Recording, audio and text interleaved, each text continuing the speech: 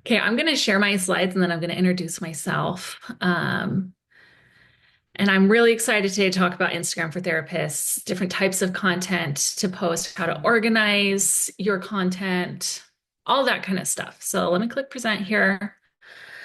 Um, and at any time, if you have questions, you're welcome to interrupt me, or you can save them for the end. So my name is Chelsey Liaga. I've got a private practice here in Queen Creek. It's called Wild Bloom Therapy, and I am so passionate about using social media as a marketing tool. I think it is the best way to get private pay clients. It's how I filled my practice um, in 90 days, and I love helping other therapists do the same. Um, my journey with Instagram has been building an account, closing that account, building a new account, and now I'm starting a third account. So if you want to follow me on my therapist marketing account, go ahead and follow me on therapist.marketing.mentor. Um, but my specialty as a therapist is helping ex-Mormon moms recover from religious trauma, support through their faith transitions. And in the past, my niche was couples therapy. And I know a lot of people get scared to niche down because they are scared everything's going to fall apart if they change their mind. But I promise you, it's okay to change your niche if you ever want to. The skills you learn from building one niche, you can apply and use again in building a different niche. So my first Instagram account that I used to market myself with, I never took a screenshot when I got to the highest number there, but it was at 24,000 followers. Um, I was obsessed with couples therapy until I wasn't. I don't know what it was about having my second baby, but I just lost my something in my brain changed when I gave birth. And I lost my spark for couples therapy and I found my spark for helping women with religious trauma. And I had that account and had been posting for so long about couples therapy. I tried for a while to change my niche on that account and then decided to just start a new one.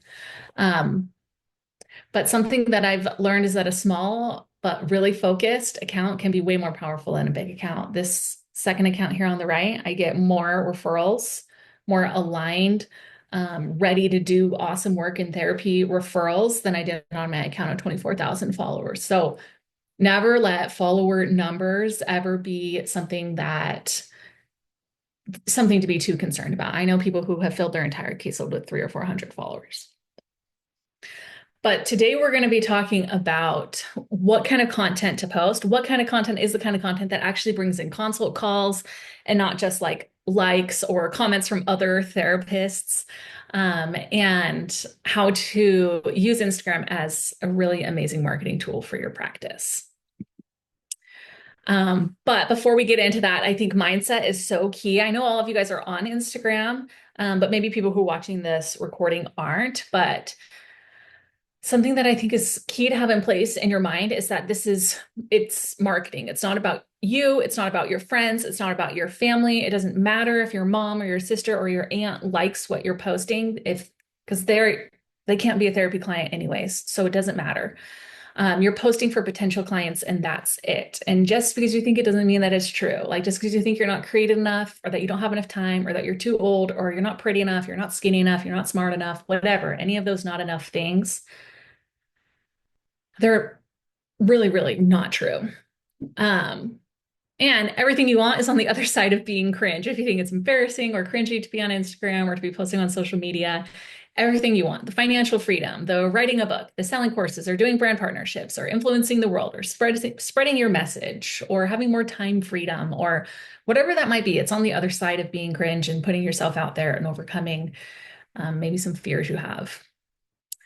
Um, So today we're going to talk about the 4S method. It's my method for creating content that really resonates with people, that gets them to trust you, that invites them into your world as a therapy client. And again, as we go through this, if you have any questions at all, let me know. Um, I thought about too adding a section in here about how to stay ethical on Instagram, but I wanted to make sure we had enough time. But I'll just spew out here. Really, all you have to do to stay ethical on Instagram is to not DM clients, to not interact with clients, to have disclaimers at the end of your captions, and to be pinned on your highlights or as a pinned post, and just to not do ridiculous things like link an OnlyFans account. That's the reason why someone recently lost their license because they were linking their OnlyFans account on their therapy Instagram. So don't do anything crazy, and you're probably going to be just fine on Instagram.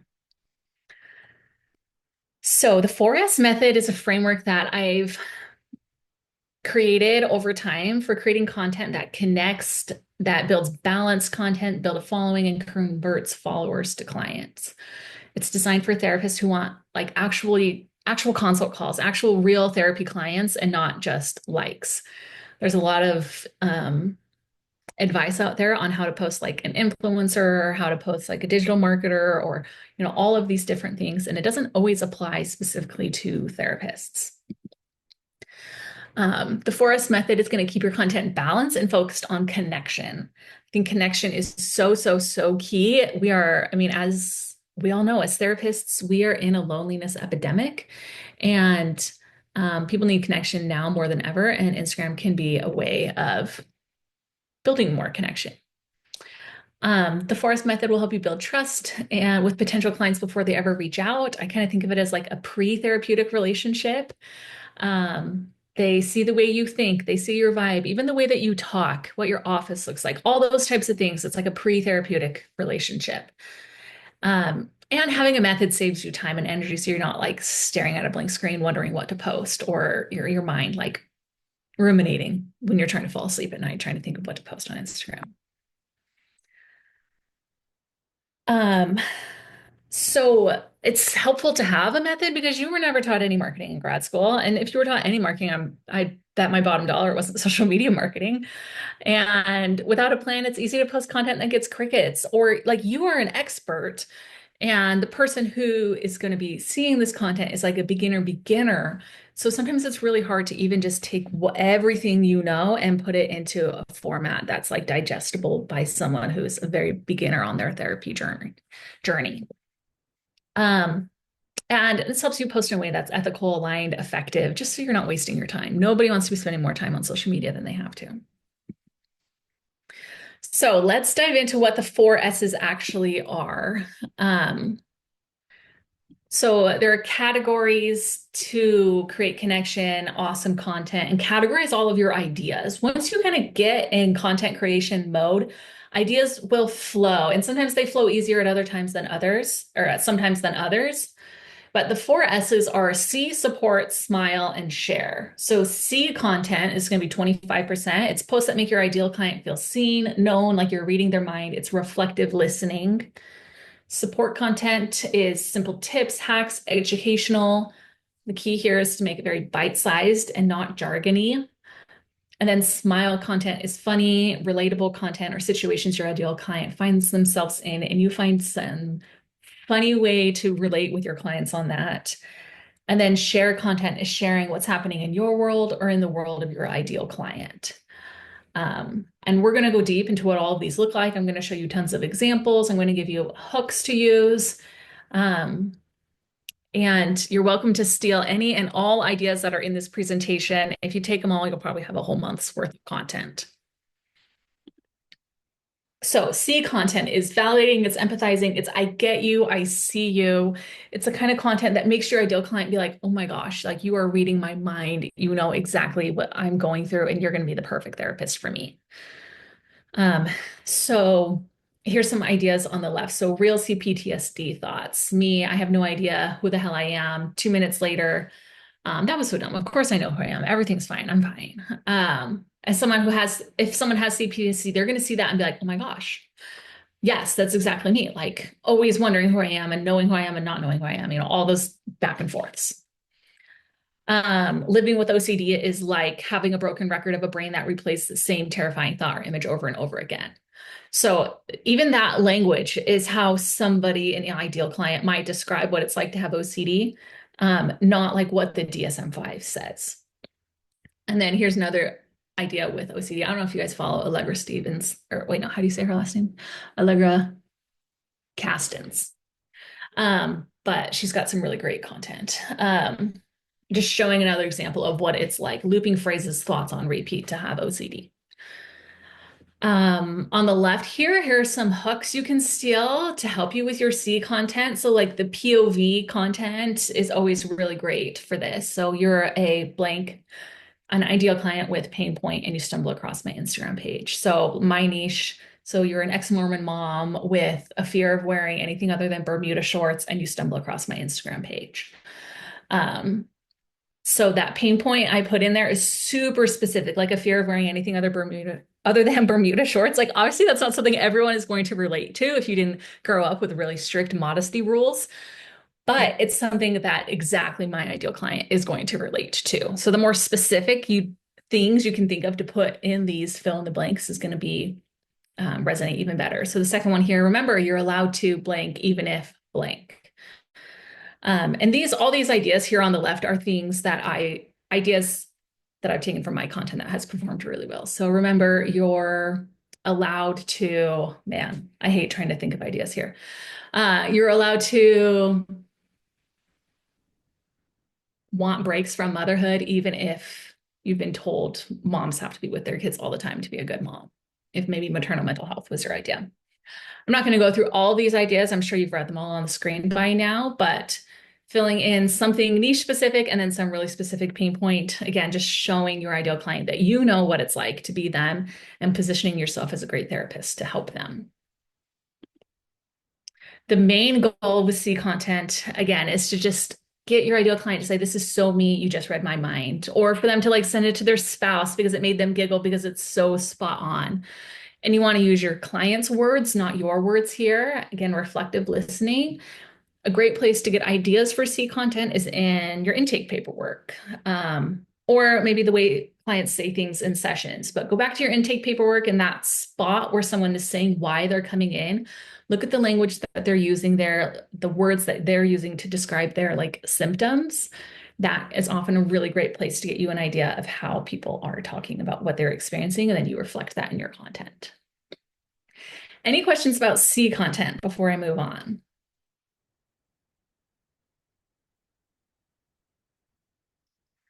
Okay, let's move on to the next S, which is support content, which is usually the easiest kind of content for therapists to make. It's educational, guiding, giving helpful tips, support. Here are some examples here. These are all carousel posts. Carousel posts are awesome for educational content. And when you make a carousel post, it's really easy to just make it a little better, change the background color, and post it again a few months later. So here, Dr. Audrey Horney is talking about anger as an emotion. She's educating on that. The holistic anxiety therapist educating on thoughts that lead to anxiety and overwhelm. Here's one that I posted, affirmations for the hard days on your faith transition. Very small bite-sized things. You're not giving a whole dissertation, just a quick tip, a quick helpful thing. Here are some more ideas here on the left. Try this 30-second tool when you're feeling blank. So try this 30-second nervous system regulation tool when you're feeling like the whole world is falling apart. Here's a tip for blank, dealing with blank. Here's a tip for overachieving women when you're dealing with feeling like you're failing at everything in your life. Or want to blank, start with this one small step. And the last one here is this mantra has helped my client go from my clients with whatever the pain point is and then save it for later. It's okay to give like one mantra, one tip, one 30-second thing. You can always, if you have a ton of ideas, you can make a multi-part thing. If you're like, but I have so much to say, then split it up into 3 or 4 parts. Do part 1, part 2, or just make multiple posts out of something. And once you get the hang of this, you'll see what it's like. But you guys are already creating content. So no more than 25% of your content should be educational. And the goal is to give them a quick win, serve your community, build authority and trust, and just keep it really simple. And I am a huge fan of reusing this kind of content again and again because like it's not going to go out of style. There's affirmations for a hard day are never going to go out of style. And you just make it a little bit more, 10, 20% better each time and post it again. Any questions about support content?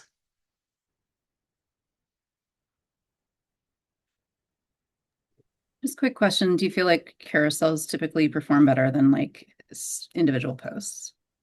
Yes. Okay. Yes. And I think that's because watch time. So Instagram watch time is a huge indicator of how the algorithm is going to push things out. So if someone watches, looks at a single slide post, it's going to take them, I don't know, 3 seconds. But even if they're sliding through 3 or 4 slides, they're just on the post longer. And Instagram's gonna be like, oh, people like this. They're spending more time on it, and they'll push it out to more people. Thank you. Yeah, yeah. That's a great question. And I would even say too, even if you just have like a one post thing that you want to do, then make the second slide like I'm accepting new clients in, I don't know, Gilbert, Arizona, or something like that. Even just adding a second slide can just add a little bit more time on. And it's another opportunity to let people know you're accepting new clients if that's what you're doing. Okay, the next kind of content is smile content. And smile content is so fun once you get into it. If you have a belief that you're like not that funny or you're not cool or whatever, I think smile content can be a little bit hard. But this is a great time to follow trends or to just take ideas from other people. I love Melissa posts really funny smile content. And when you see a video like this is obviously not Melissa, it's like an 8-year-old boy crying or something. Those are usually from CapCut. If you go on CapCut, there's like a whole library of funny clips like this, and then you can add your own POV on top of it. Or I know probably a lot of you follow Sit with Kelly. I loved this one. It was so funny. You can't hurt my feelings. I have anxiety. I hurt my own damn feelings. It's just funny. Like that's a funny situation someone with anxiety finds himself in is hurting their own feelings all the time. Or learning how to lean into your difficult emotions and you're crying like a little kid. Or Dr. Audra, permission to tell me to fuck off, forced to say exactly that because I'm a therapist for men who deserves for me to be real with you. Like it's funny. It's funny. I love the funny content. And I think now when the world is so serious, like funny content, people are leaning into it even more now than ever.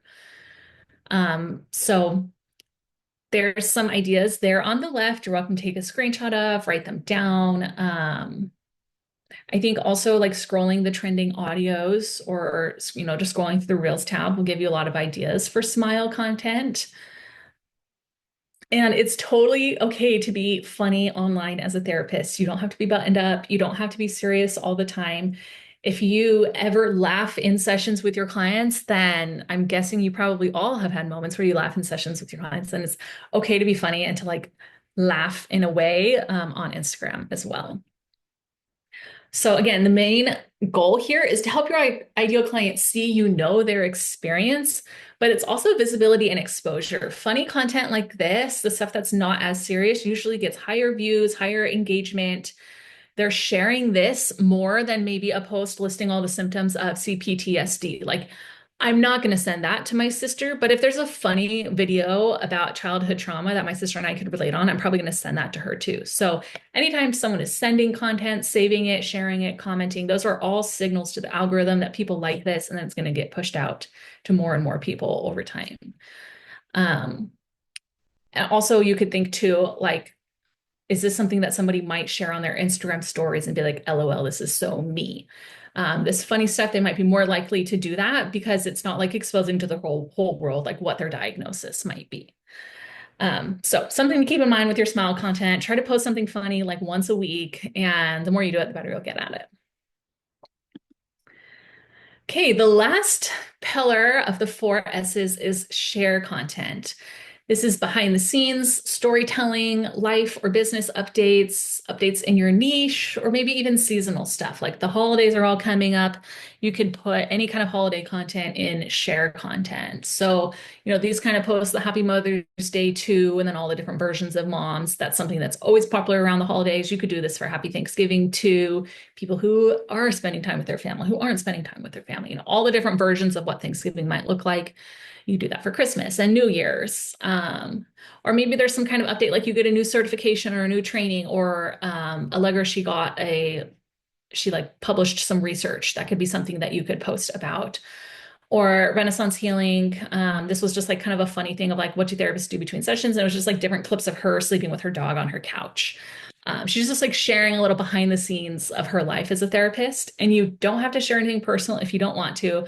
You don't have to share like your own trauma, your own deepest, darkest secrets. It could be like your coffee order. It could be like a mental health walk that you go on. It could be like a what's in my bag or a tour of your office or your outfit or all these little like share things or storytelling. Or maybe there is a story from your own mental health that you want to share of how you overcame something or you learned a coping skill or how you applied a coping skill or, something like that. Um, those are all great ways to just show that you're a real human being, to build connection, to again start that pre-therapeutic relationship with people.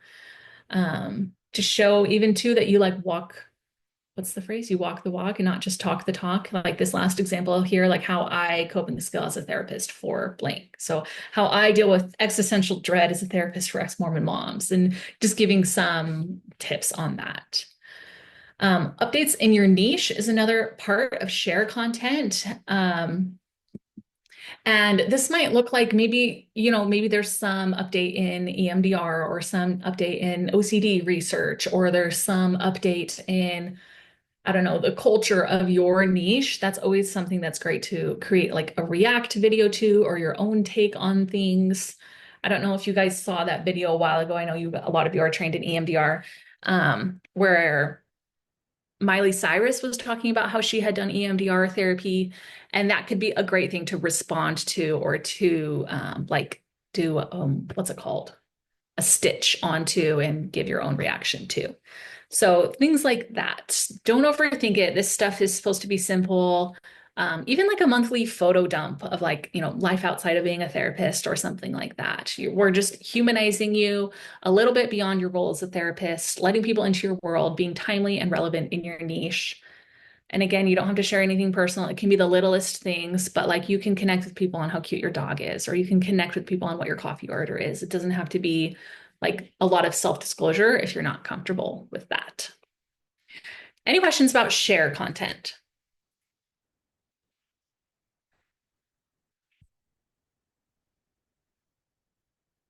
Okay, so putting this all together in like a content calendar might look like this. Mondays you post C content, Tuesday support, so you take a break on Wednesday, Thursday smile content, Friday is share content.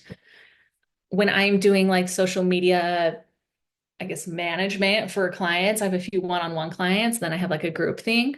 I love making a spreadsheet like this where it has the format, like is it a reel, is it a carousel post, is it a talking head video, the hook, what the actual content is going to be, and then the call to action. And if you're trying to build your caseload, your call to action is always going to be book an intro call.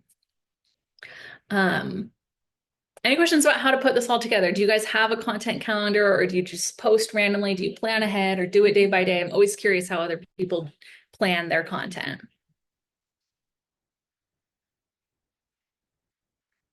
I love the idea of creating a calendar, but I fly by the seat of my pants and I do it, like I was really proud of myself because I made a carousel over the weekend and then I posted it today and I was like, oh, wait, that was so easy. Like all I had to do was just I already did the work. But like I think what's been hard is like yeah, I don't really have like a system for it.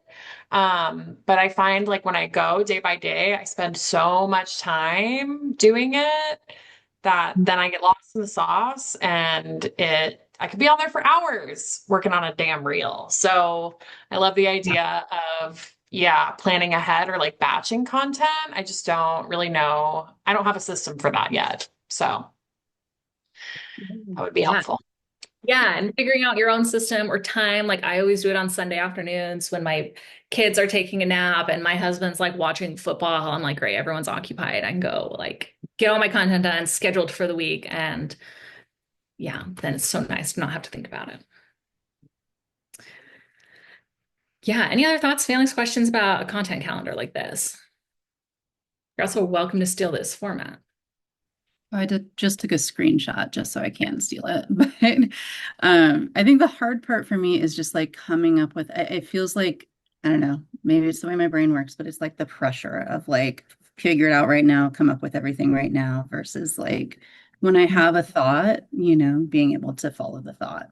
Um, So I think that's always the challenge for me is like, do I just jot down my thought on this calendar for the next week, or, what does that look like?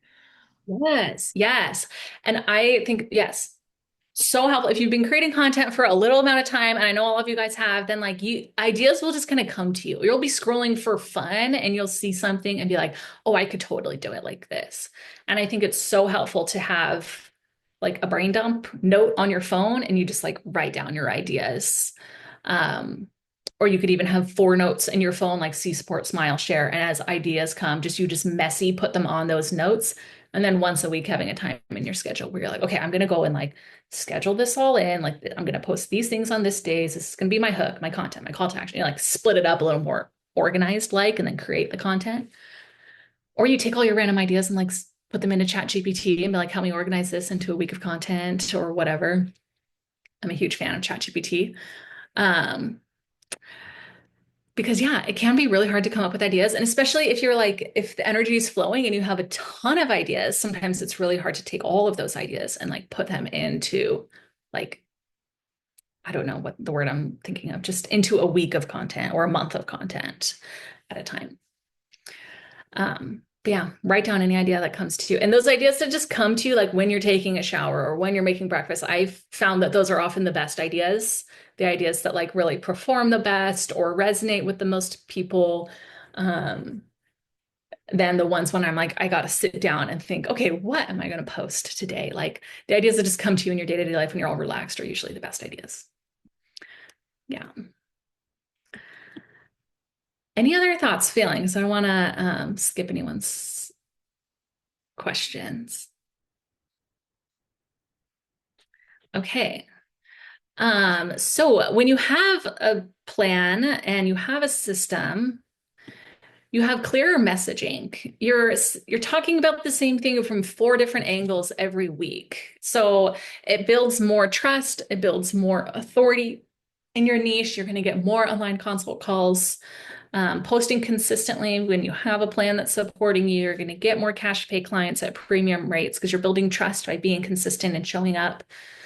You're going to have more confidence online and referrals and visibility beyond Instagram. So maybe you're going to get invited to talk on like podcasts or to be like a, I don't know, guest teacher in someone else's training or get invited to do things like this. And you don't just get clients when you're consistent on social media, you get a business that gives you freedom, things you can expand beyond the one-to-one therapy. You could do workshops or courses or write a book or whatever you dream of. Being consistent on Instagram can help you with all of that.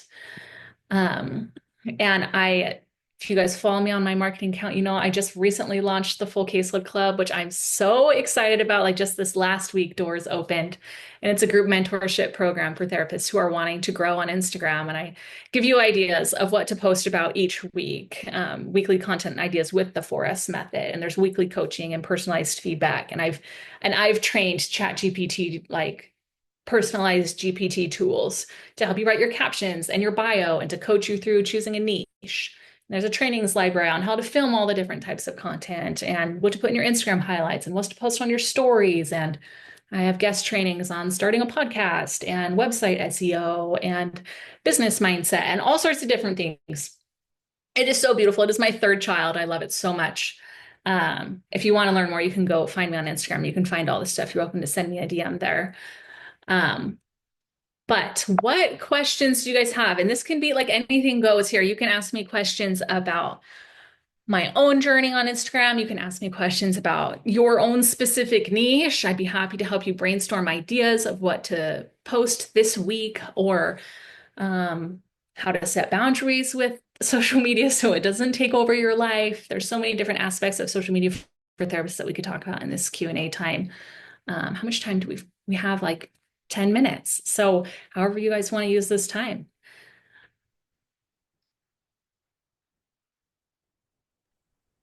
I have a question.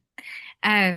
I go back and forth into how often should I be posting a reel versus a post? And by me telling you this or asking this question, I'm about as dumb as it can be as far as Instagram. Like the first time that I got like a reel, like how to do a reel post, it was like gibberish and I had to go and Google things and I didn't know what a B-roll was. So like I know this stuff now. But now I'm Yeah. like, now I'm so confused because I don't know when am I supposed to use posts and when am I supposed to use reels? Explain this to me. There's a million ways to be successful on social media. You could post only carousel posts and you could be successful. You could post only reels and you can be successful. Like it's never as deep and as serious as you think it is.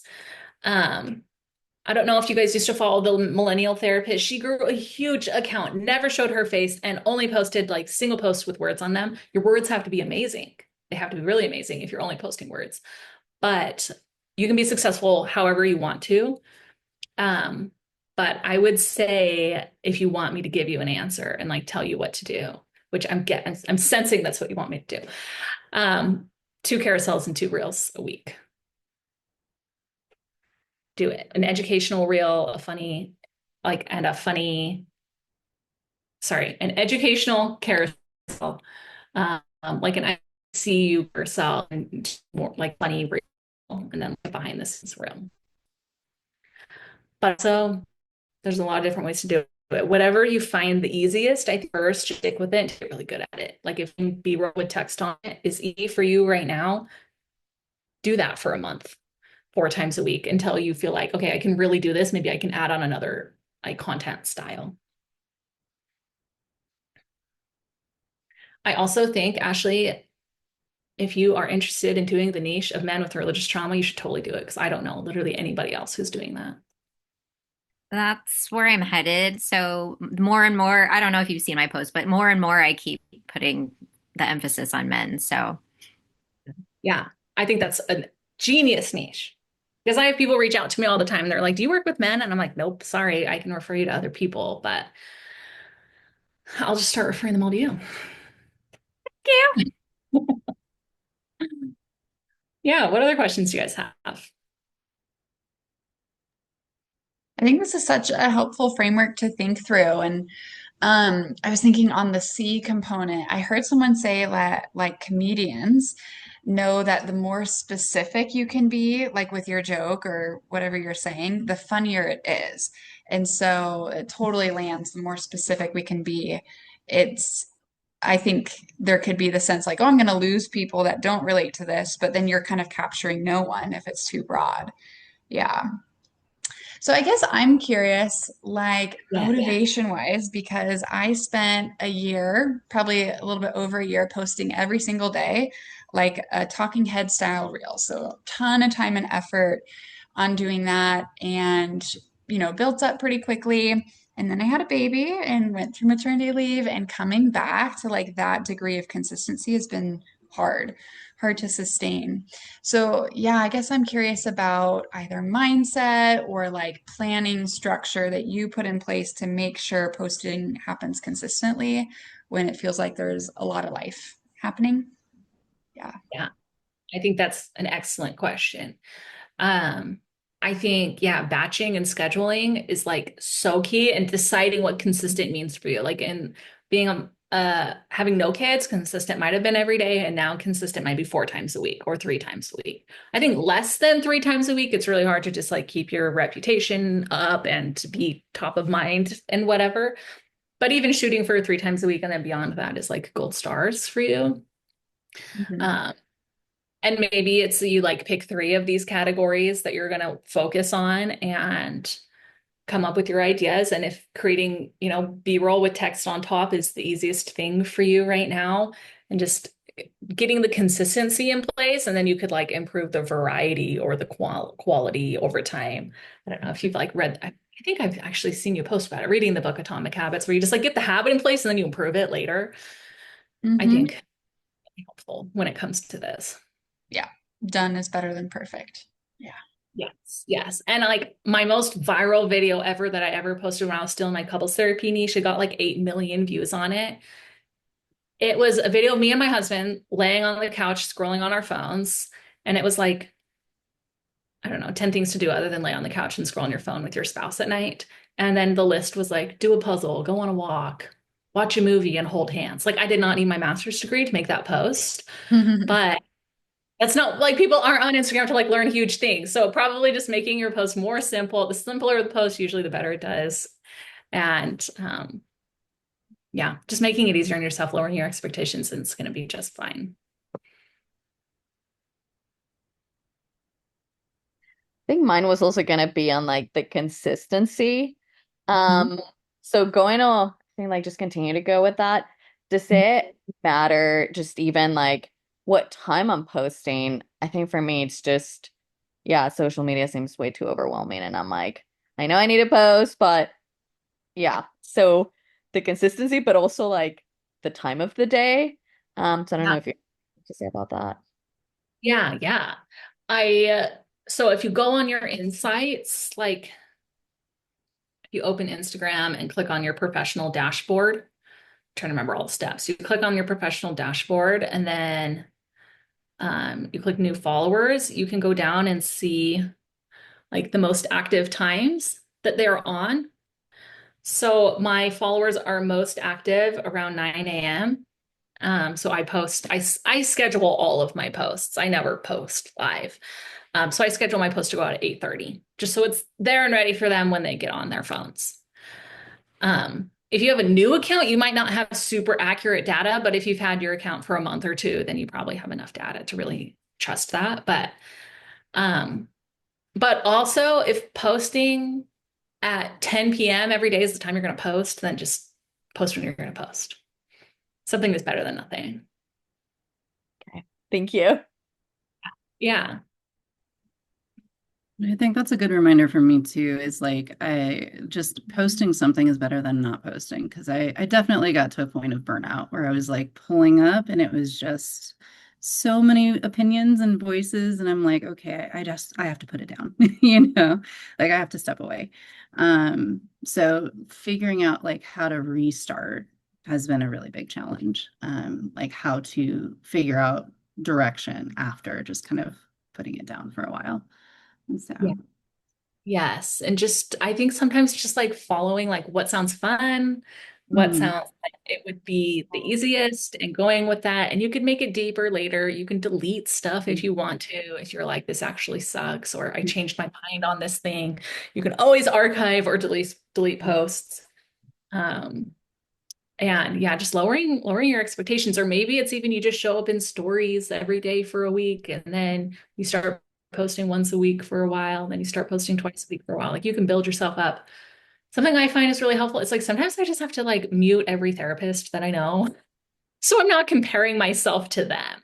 I'm like, oh, that person is posting every day and they're really good at it, but I know nothing about like what their actual life is like. Like maybe they are hiring someone to come up with all their content ideas, or maybe they don't have kids, or maybe they don't have two businesses like I do, or whatever it might be.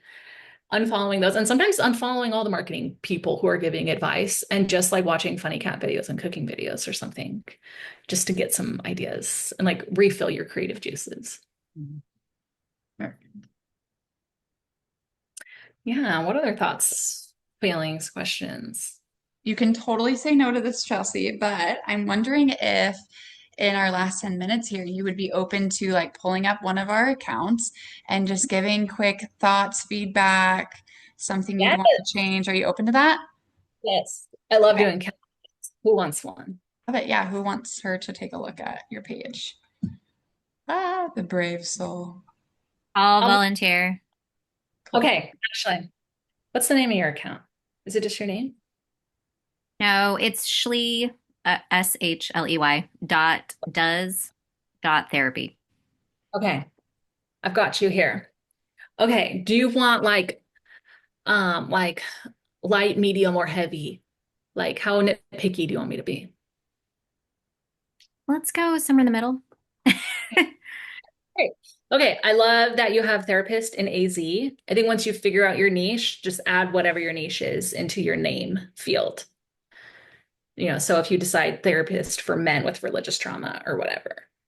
Wait, Chelsey, Uh, would it be easy enough for you to pull it up on your computer and kind of we could watch as you're doing that? let me pull that Yeah.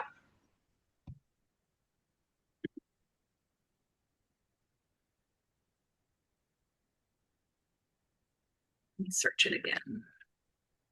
sometimes I feel like I have analyzed my page and my bio so much that like no words are making sense and you just need like fresh eyes to look everything over. So, Yeah. yeah. Okay. Here we go. Is that the right page? Okay. Okay. Love your handle. Love how it says here, your name, LAC. I think if you needed more spaces, you could even take out LAC. Nobody knows what that means anyways. And then once you nail your niche, I would add that here. This part of your bio is searchable. So when someone searches, I don't know, therapist for religious trauma in the search field, then this is the only part that comes up. This part of your bio isn't searchable, the bottom part.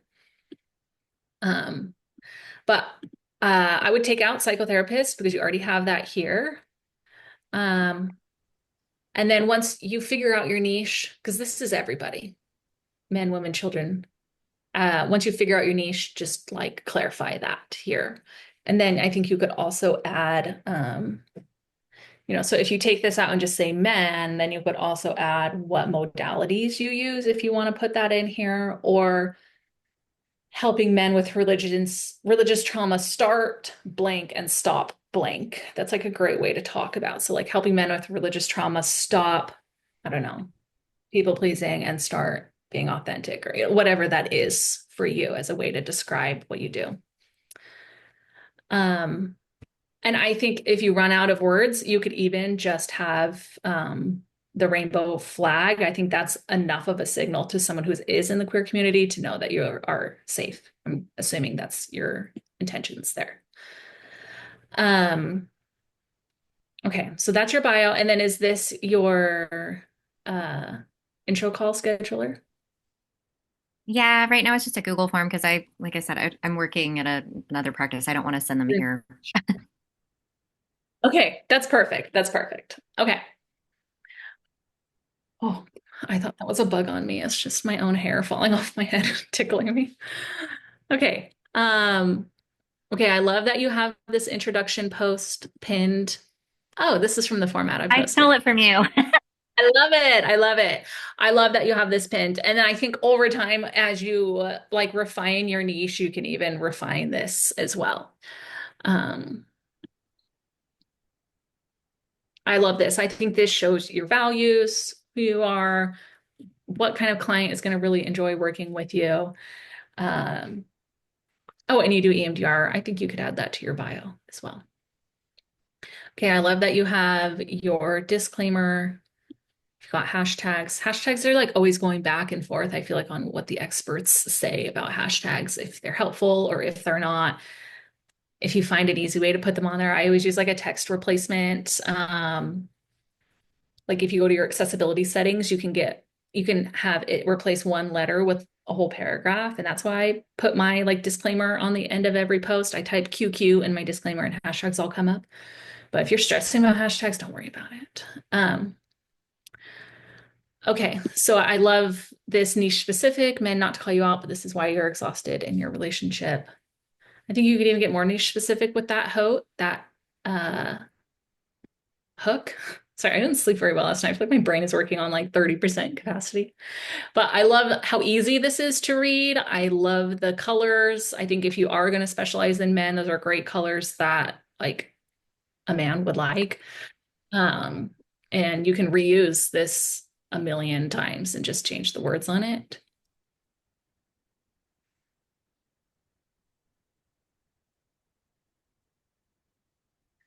Um,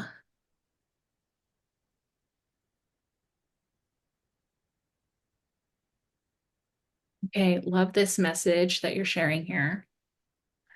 I think you could maybe even split this into multiple reels. When you're creating, like, this is what we call a book style reel, where it's like turning the pages of a book. You want what's going on the screen to change every 2 seconds or less. Our attention spans are that terrible. So if it's too much to read in 2 seconds, then splitting it up into smaller groups or just being more concise in your messaging. And I think ChatGPT is so excellent with helping you become more concise. Like type out everything you want to say and then like help me make this more concise.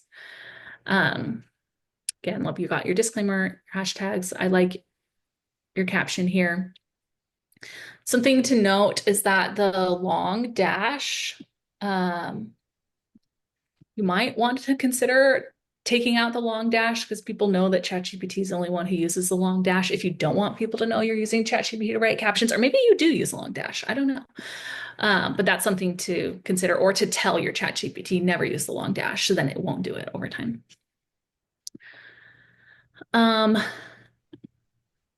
Okay, here's another B-roll. I love this B-roll footage, and you can reuse your B-roll footage. You can reuse audios. You don't have to be like reinventing the wheel every single time. I love this. I think you could even, again, split this into 2 reels. Like that one part that you said, like most people who leave the church don't have a moral issue, they have an identity issue. Like that paragraph alone could be its own reel. And then this one about having a trust crisis, like this could, you could split these up into your own reels, and then you'd have like a whole week of content, just splitting it up to simpler and simpler.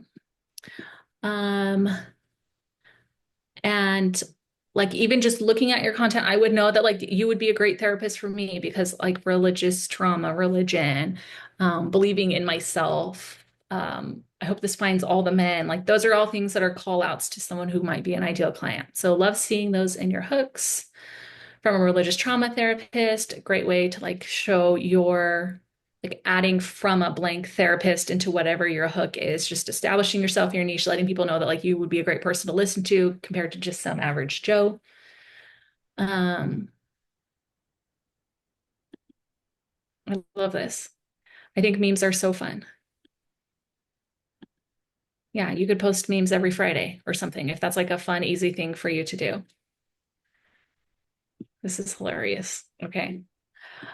Love that. And as you go through as you post more content, you can look at your professional insights and see like what's performing well, what's not performing well, and just create more of the stuff that's performing well. And yeah, what questions do you have about your page? Any questions about the feedback that I gave? I'm just spewing things out here.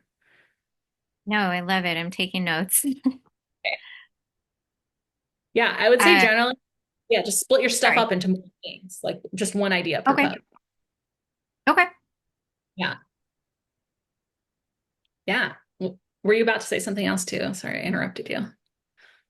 No, I don't know. I don't even know what questions to ask. Like I said, I'm so new at this. I literally walked up to my boyfriend when I knew I was going to start posting on Instagram. I'm like, oh my God, I'm selling out. I can't do this. I don't know anything about it. I'm actually having a lot more fun than I thought I would doing it. So that's been a huge surprise to me. Yes. And I think if you're having fun, then that is awesome. Because if you're not having fun, you're not going to keep doing it. True. Yeah. Yeah. Love that. Well, Ashley, thank you so much for letting us use your page as a guinea pig, and Chelsey for your valuable feedback. Ashley, you're doing amazing. You're saying you're new at this, but you've got a lot of great stuff. So, yeah, thank you, Chelsey, for sharing your thoughts and feedback. This kind of like re-energizes me for showing up online and in that space. If people want to connect with you, where's the best way to find you? Instagram. Instagram is the best way to find me. Here's my profile. Follow me there. If you want to join the full caseload club, send me a DM. I can give you the link, or it's right here in my bio. If you want me to plan out your content for you, I'd be so happy to do that. Or if you ever have questions, or if you want me to look at your profile, I'm just happy to help out a fellow therapist here in Arizona. Right. Well, thank you, Chelsey. Everyone, have a good rest of your day. Thanks so much for joining, and we'll see you next month. Thank Bye. you. Bye.